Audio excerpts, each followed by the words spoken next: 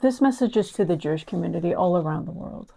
I recognize your pain, Jewish pain, throughout the centuries, from being denied dignity, inequality, from having to forge your own path, rising up and creating successes all around the world.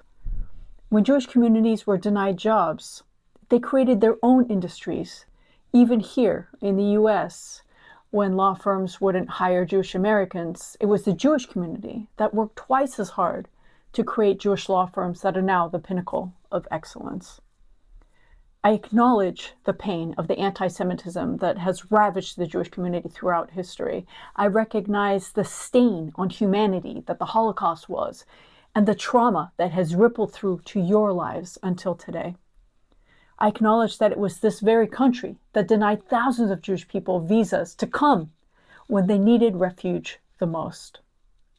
I hold it as a symbol of deep human cruelty, and I hold the Jewish people as a symbol of human resilience. In fact, it is indeed descendants of the Holocaust survivors that are some of the scholars that I admire the most.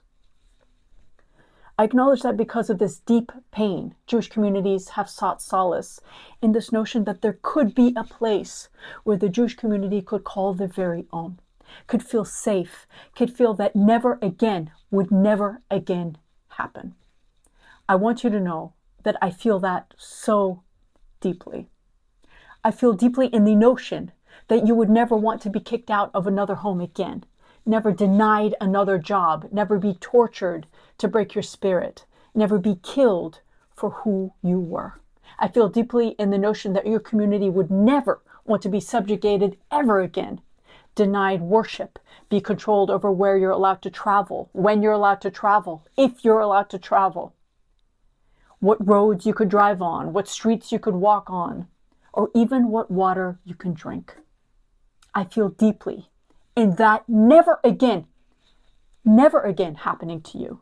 And I feel that I deeply want that to stop happening to me. In order for this home of solace to be created that was meant to be a refuge from the trauma of oppression, hundreds and thousands of Palestinians were driven out of their homes, hundreds of villages wiped out, massacre upon massacre, thousands being killed, to make way for this home that was supposed to be a refuge from that very same violent oppression that was chasing the Jewish people. It was my family who were driven out of their homes. It is us, the Palestinian people of the land, who were and still are subjugated by a violent and humiliating military occupation. We are denied jobs, tortured, silenced, imprisoned, denied worship in our places that are sacred to us. It is our lives that are under control. We are told when we're allowed to travel, if we're allowed to travel, what roads we can drive on, what streets we can walk on, and even what water we can drink.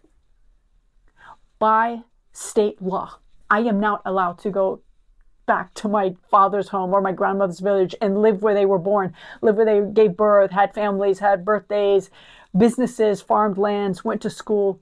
And you, from the United States, from Europe, from Canada, or anywhere else, are free to go there, live there, worship there, have parties and bar mitzvahs there, just for being born the right religion, while me and my people of 6 million refugees are denied from ever going back. Never again became again, but not to you, but to us. When I was younger, I thought if only the Jewish people knew what this home that they dreamed up was truly built on, if only they knew the cruelty and injustice and crimes against humanity that this place was built on, and the violent system that continues to sustain the state that has one religion reigning supreme over all others.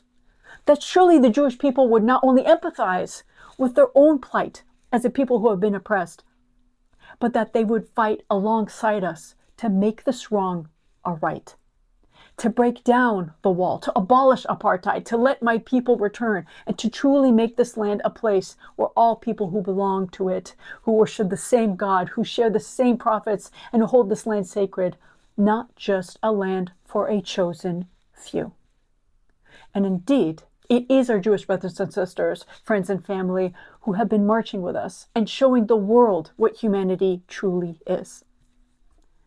But the truth is, there are many who have chosen to look away, to ignore, and maybe feel like it costs nothing to stay silent and costs a lot to speak up against what is happening. But there is a cost to your silence. It may not cost you anything, but it's costing us our lives. This is your call. Be on the right side of history, of humanity, of morality, of justice, of conscience. This is your call to say something and not let history judge you for what you should have done for the people in this world who are experiencing never again under the hands of those who promised never again. A free Palestine is not a threat to the Jewish community. It is a salvation. It is a chance to right the wrongs that were done in the Jewish people's names and to finally have a land where all people can be free, not just a chosen few. When we say free Palestine, we mean free the land, free the people from apartheid, from occupation. Let the refugees return back to their homes. Let there be justice for war crimes. No more supremacy of one chosen religion over another. Let all religions who believe in the sacred land be free. From the river to the sea, all for one liberated land, and one liberated land for all.